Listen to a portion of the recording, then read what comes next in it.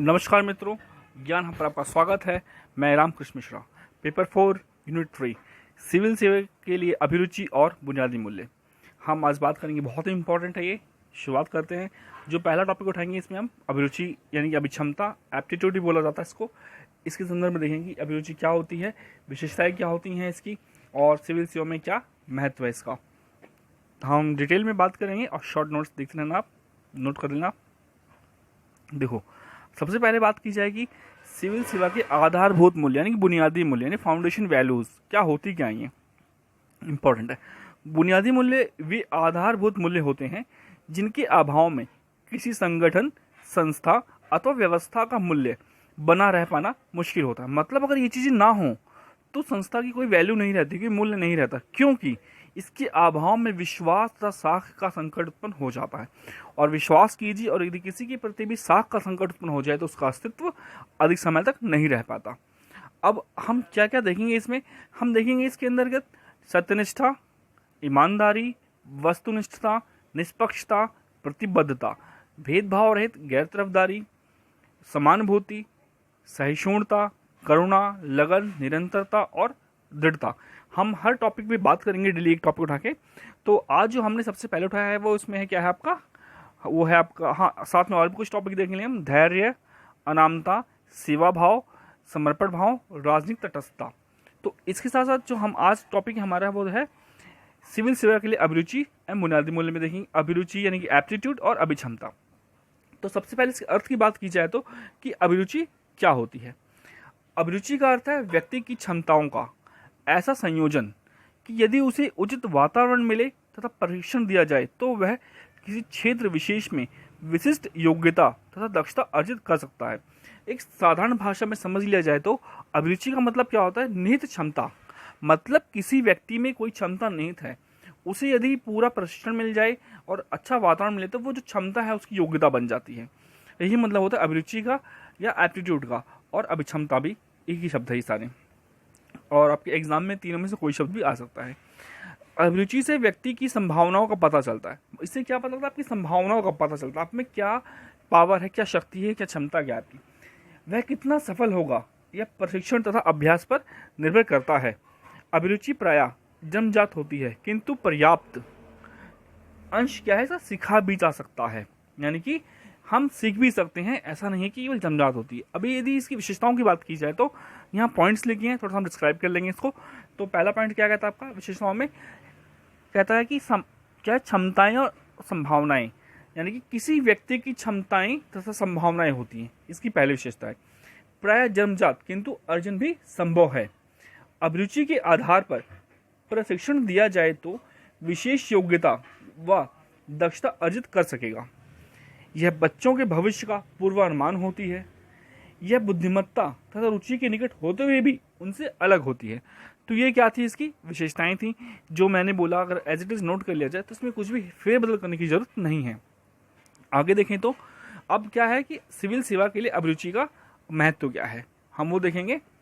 देखिए, सिविल सेवक बनने के लिए अभिरुचि को तार्किक, यानी कि व्यक्ति क्या होना चाहिए, सिविल सेवक बनने के लिए तार्किक होना चाहिए, बुद्धिमान होना चाहिए। साथ ही उसमें समस्या समाधान तथा निर्णय की क्षमता भी होनी चाहिए। सिविल सेवा के प्रारंभिक चरण में सीसेट का जो आयोजन है वो उम्मीदवार की अभिरुचि परीक्षण के लिए किया जाता है। अब यदि सबसे पहले देखा जाएगी इसकी विशेषताएं क्या होनी चाहिए, मतलब ना कि सिविल सेवा अभिरुचि परीक्षा में निम्नलिखित दक्षताओं पर हम जोर दिया जाता है। तो पहला है, हाँ, अभिरुचि तथा बुद्धिमत्ता में गहरा संबंध होने के बावजूद जो अंतर है इसमें हम थोड़ा देख लेते हैं। पहले इसमें नहीं लिखा हो कि अभिरुचि और बुद्धिमत्ता में संबंध क्या, अंतर क्या है। मूल अंतर यह है कि जहां अभिरुचि का संबंध क्षेत्र विशेष से होता है, वहीं बुद्धिमत्ता का सामान्य क्षमता से होता है। यानी क्या है, बुद्धिमत्ता की सामान्य क्षमता है जिन्हें विभिन्न क्षेत्रों में प्रयुक्त किया जा सकता है। अगला क्या है, जिन क्षेत्रों में सफलताओं के लिए उच्च तार्किकता यानी कि उच्च तार्किक क्षमताओं की आवश्यकता होती है, उनमें बुद्धिमत्ता और अभिरुचि में ऊंचा सा संबंध दिखता है। मतलब अगर आपको सफल होना है किसी क्षेत्र में, वहां पे अगर उच्च तार्किकता की आवश्यकता है तो वहां पे आपकी बुद्धिमत्ता और अभिरुचि इसमें भी गहरा संबंध मिलेगा आपको। उदाहरण के लिए वैज्ञानिक तथा गणितज्ञ बनने के लिए यदि किसी की अभिरुचि सकारात्मक है तो उसकी पूर्ण शर्त यह है कि उसकी बुद्धिमत्ता का स्तर ऊंचा हो, तभी वो बन सकता है। रचनात्मकता से जुड़े किसी भी क्षेत्र में, जैसे रेखागणितीय में उच्च अभिरुचि होने पर भी यह तय नहीं हो पाता कि उस व्यक्ति की बुद्धिमत्ता का स्तर उच्च होगा कि नहीं होगा। अब हम क्या बात करेंगे, सिविल सेवा अभिरुचि में निम्नलिखित क्षमताओं पर ध्यान दिया जाता है। क्या क्या वो क्षमताएं हैं वो देख लिया जाए। देखो, सिविल सेवक बनने के लिए व्यक्ति को तार्किक व बुद्धिमान होना चाहिए, साथ ही उसमें कठिन समस्या समाधान तथा निर्णय की क्षमता भी होनी चाहिए। सिविल सेवा के प्रारंभिक चरण में जो सीसेट का आयोजन किया जाता है वो उम्मीदवार की अभिरुचि परीक्षण के लिए किया जाता है। तो क्या मूल्य है वो देखते हैं। आधारभूत गणितीय व तार्किक क्षमता। क्यों चाहिए ऐसा? इसलिए चाहिए कि इसलिए आवश्यक है क्योंकि सिविल सेवक को नीति निर्माण, बजट निर्माण जैसे महत्वपूर्ण प्रसंगों में भागीदारी करनी होती है। उसे उच्च स्तर की गणित की आवश्यकता तो नहीं पड़ती, किंतु बुनियादी गणनाएं, आधारभूत सिद्धांत, रेखाचित्र तथा तालिकाओं आदि की समझने की योग्यता आवश्यक होती है। अगला क्या है, उसमें क्या होना चाहिए, विश्लेषणात्मक क्षमता होनी चाहिए। किस लिए होनी चाहिए? देखो, तार्किकता व विश्लेषणात्मक क्षमता, क्योंकि सिविल सेवक को जटिल परिस्थितियों का समझना होता है, विभिन्न क्षेत्रों के तथ्यों को आपस में जोड़ना होता है, तो उनका विश्लेषण आदि करना पड़ता है। इसमें क्या होना चाहिए, इसलिए विश्लेषणात्मक क्षमता भी होनी चाहिए। अगला क्या है, निर्णय व समस्या समाधान की सटीक क्षमता। क्यों? क्योंकि सिविल सेवकों को अपने कार्यकाल में वृहद हित में कई जटिल निर्णयों को लेना पड़ता है, जिसमें जरा सी भी चूक कई व्यक्तियों का जीवन प्रभावित कर सकती है। बोधगम्यता बहुत ही महत्वपूर्ण है। बोधगम्यता, इसका मतलब क्या होता है, शॉर्ट में समझा तो कथन को सटीकता से समझने की क्षमता। देखो, इसका अर्थ है कि दिए गए कथन को सटीकता से पकड़ने या समझने की क्षमता।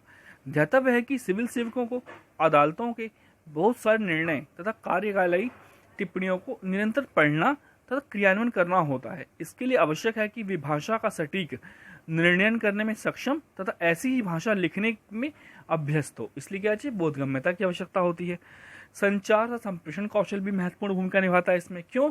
क्योंकि सिविल सेवकों की दूसरों की बात समझने, मतलब जो सिविल सेवक दूसरों की बात समझ सके तो अपनी बात समझा सके, ये बहुत महत्वपूर्ण होता है। इसलिए संप्रेषण कौशल के साथ साथ मौखिक अभिव्यक्तियों तथा हाव भाव आदि को समझने की क्षमता भी सिविल सेवकों में होनी चाहिए। तो हमने ये कुछ अभिरुचि मूल्य देखे। अगर अब देखा जाए अभिरुचि और बुद्धिमत्ता में संबंध क्या है, तो हमने थोड़ा अभी पीछे बात की थी, हमने शॉर्ट में है ये कि अभिरुचि का संबंध क्षेत्र विशेष से, वही बुद्धिमत्ता का संबंध क्या है, समान क्षमता से है, वह किसी क्षमता में हो सकती है। उच्च तार्किक क्षमता, जैसे कि वैज्ञानिक और गणितज्ञ बनने के लिए क्या चाहिए, बुद्धिमत्ता भी चाहिए और अभिरुचि भी चाहिए, दोनों की आवश्यकता पड़ती है।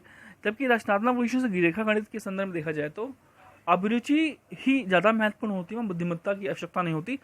कभी कभी इसमें सकारात्मक तो कभी कभी असंगत या विगत संबंध भी नजर आ सकते हैं। अब देखा जाए तो अभिक्षमता के प्रकारों की बात की जाए, एक महत्वपूर्ण है ये कि अभिक्षमता कितने प्रकार की होती है। हालांकि कोई बहुत डिटेल की आवश्यकता नहीं है, खाली पॉइंट्स में देख लिया जाए इसको।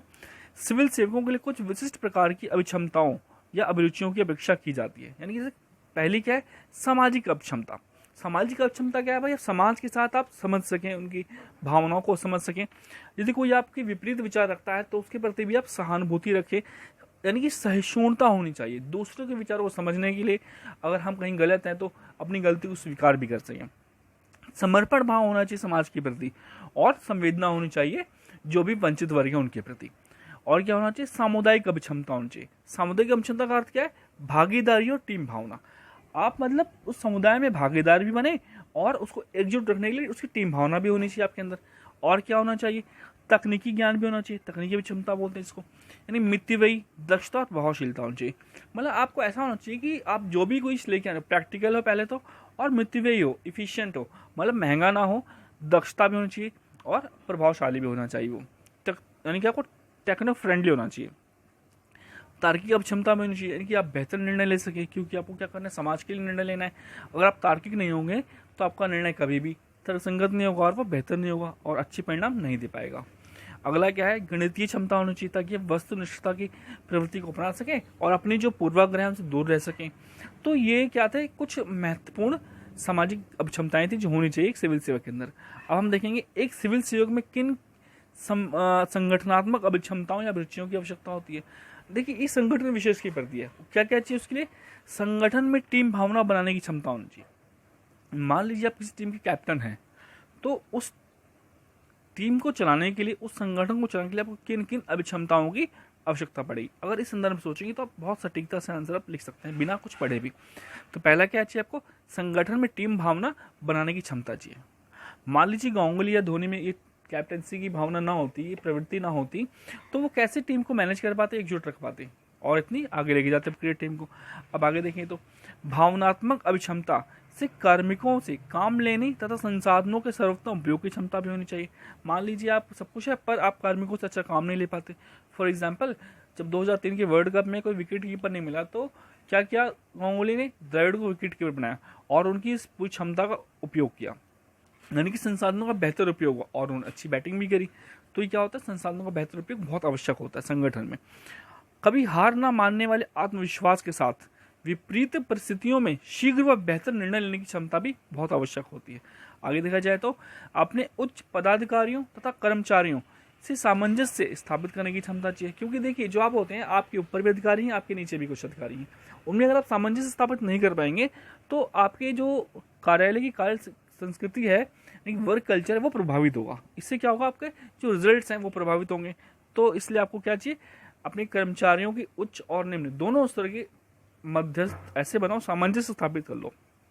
ठीक, आगे देखते हैं, समस्या समाधान की जगह पूर्वानुमान। देखिए बहुत महत्वपूर्ण है भाई, देखो समस्या समाधान नहीं चाहिए हमें, समस्या आने वाली है उससे पहले समाधान कर लो उसका, यानी कि समस्या का पूर्वानुमान और फिर उसके अनुसार निर्णय लेने की क्षमता बहुत महत्वपूर्ण भूमिका निभाती है इसमें। सदैव संगठन में एक अच्छे उदाहरण के रूप में प्रस्तुत होना भी बहुत महत्वपूर्ण होता है। मतलब आपको चाहिए कि आप इस तरह अपने आप को प्रस्तुत करें कि एग्जाम्पल सेट हो जाए और कर्मचारी उस एग्जाम्पल को देख के खुद ही एक अच्छी कार्य संस्कृति का फॉलो करें और अपना 100% दें, ताकि क्या हो, संगठन पूरी क्षमता के साथ काम कर सके। तो हमने ये देखा जो आपकी 3 यूनिट है, 3rd यूनिट है इसकी अभिरुचि, इसमें बहुत महत्वपूर्ण है। आधारभूत मूल्य देखे हमने क्या होते हैं, फिर कौन कौन से आधारभूत मूल्य होते हैं, उसमें हमने जो पहला टॉपिक देखा है अभिरुचि, क्या निहित क्षमता होती है। ठीक, इसको हमने विशेषताएं देखी इसकी, और सिविल सेवा के लिए अभिरुचि में क्या महत्व है क्या नहीं है हम देखा, सब कुछ देखा ये। और अभिरुचिता बुद्धिमत्ता में संबंध शॉर्ट में देखा हमने, और अभिक्षमता के प्रकार को देखा हमने, और साथ में क्या देखा, संगठनात्मक अभिक्षमताओं को देखा। तो निश्चित मानिए कि अगर प्रश्न उठता है यहाँ से तो इससे बाहर नहीं आएगा। हाँ, हालांकि घुमा के आ सकता है, आपको बस यही पॉइंट अपने अनुसार प्रश्न की मांग के अनुसार लिखने होते हैं। मैं कोशिश करूंगा आगे से एक प्रश्न भी दिया करूँ साथ में, ताकि आप लोग लिख के प्रैक्टिस कर सकें। और अगर किसी को ये लिखना हो सही लिखा है गलत लिखा है तो प्लीज़ अपलोड करना कमेंट्स में, मैं उसे चेक करके आपको बता दूंगा उसमें कमियाँ क्या हैं या क्या करना है आपको। सर नमस्कार, धन्यवाद।